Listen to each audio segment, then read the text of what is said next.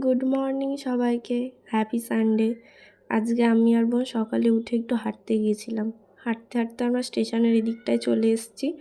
বাড়ি যাওয়ার পথে চা খাওয়ার জন্য একটু দাঁড়িয়েছিলাম দুজনে। যদিও চা খুব আমি একটা খাই না, তাও খেলাম। শীতের সকালে একটু মাটির ভাঁড়ে গরম গরম চা, কার না খেতে ভালো লাগে বলো। চা এখানে এখন রেডি হচ্ছে। চাটা সত্যিই খেতে খুব দারুণ ছিল।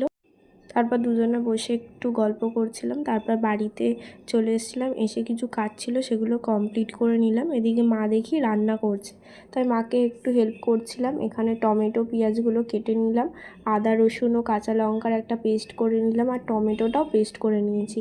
এবার কড়াইতে তেল দিয়ে গোটা গরম মশলা ফোড়ন দিয়েছি। পেঁয়াজটা ভালো করে ভেজে নিয়ে চিকেনটা দিয়ে দেবো।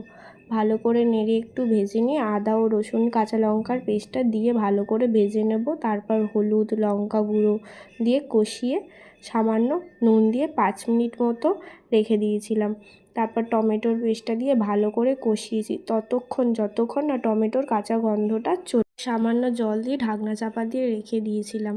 তারপর ভালো করে ফুটে এলে গরম মশলা দিয়ে নামিয়ে নেবো। গবুকে বোন সেবা দিয়ে দিয়েছিল। আজকে আমার বোনের 3 সখী এসেছিল, সে পায়েল, পিউ আর ওইদিকে জিনি। ওরা সবাই হাই করে দিল। আর আজকের দুপুরের মেনু ছিল পোলাও, চিকেন কষা, আলু ভাজা, চাটনি, পাঁপড় আর মিষ্টি।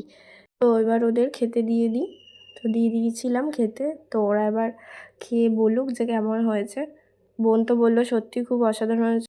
ওরাও খেয়ে বললো সত্যি খাবারটা খেতে খুব সুন্দর হয়েছে। আর আমিও খেতে চলে এসেছিলাম। আর এটা পাঁপড় ছিল না লুচি, আমিও বুঝতে পারছিলাম না। মা সন্ধেবেলা একটু পাঁপড় ভাজা আর শনপাপড়ি দিয়েছিল। আর রাতের ডিনারে এই ছিল। আজকের মতো টাটা।